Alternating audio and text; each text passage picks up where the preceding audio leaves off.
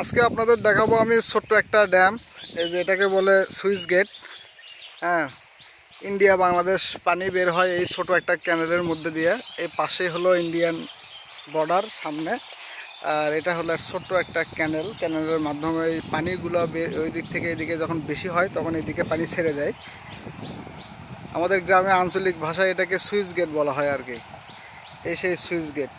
এই গেটের এই ড্যাম্পের হলো দুইটা গেট, আর বাকিগুলো এমনি পার হয়ে যায়। যখন পানি যখন বেশি উচ্চতায় পৌঁছে তখন আর কি এমনিতেই পানি উপর দিয়ে পার হয়ে চলে যায়।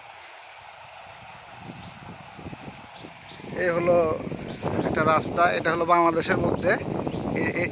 এই পাশ দিয়ে আর কি সবাই টসল সব কিছুই হয়, সব ধরনের ফসলই হয়, কিন্তু বন্যার সময় পানি একদম ডুবে থাকে আর তখন এই গেট খুলে দেওয়া হয়।